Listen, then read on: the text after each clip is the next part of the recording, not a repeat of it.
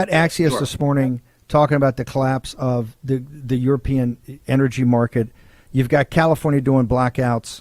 Give us your sense, the Birch Gold sense. Give us your sense of global capital markets and particularly the danger that Europe presents to the United States right now as far as a country that a continent that may not have a recession but may actually collapse into a depression, sir.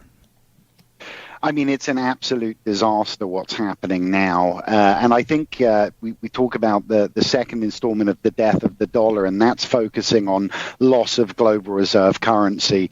Look at what's happening now. Very recently on Wednesday, Putin announced China would start paying for gas in rubles, in rubles and yuan. Right, this is significant. Yeah, hold it. They would stop paying in dollars and start paying in rubles and yuan. Right, they're not going to convert into dollars. That's the biggest shot. The timing of our letter. By the way, go to birchgold.com/Bannon. I'm telling you, the Financial Times put a column out last week, 2 weeks ago. Philip, I said it's pretty good timing. Today, the Russians and the Chinese announced it. They're not going to convert into dollars. How big a deal is that? It's massive. It's huge. And like I said, the timing of this second report is just absolutely perfect. But it's significant. Look, commodities are priced in and paid for in US dollars. That's been the case for the last 50 years.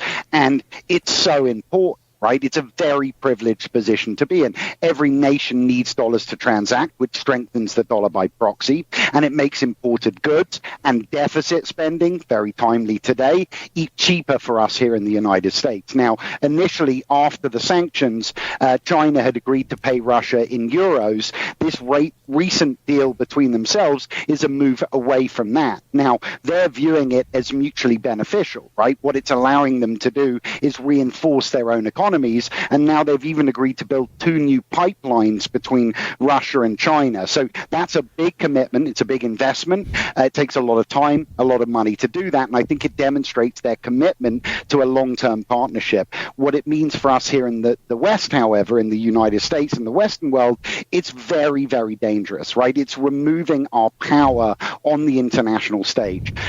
The most frustrating thing of all, though, was this was a self-inflicted crisis, right? The Biden regime had attempted to take resources away from Russia, and all it's done is made them more resourceful, right? This is the beginning of the end, in my mind, for US dollar hegemony globally. It's a big, big problem. Philip, everybody else is trying to figure out a way that they can get away from the dollar, correct? Yeah, absolutely. Global dollar holdings by central banks are at 31-year lows, right? Even friendly nations are looking at what the U.S. government is doing to the dollar, and they're looking for shorter-term solutions. That has been gold. Gold reserves have been boosted internationally significantly. Longer term, they're going to be looking for another alternative. As you say, these moves are glacial. They're slow. We're not going to lose global reserve currency status tomorrow. But when you have the second and 11th largest economies in the world now transitioning away from US dollars, it's significant. And for me, it's the beginning of the eventual downfall of the dollar.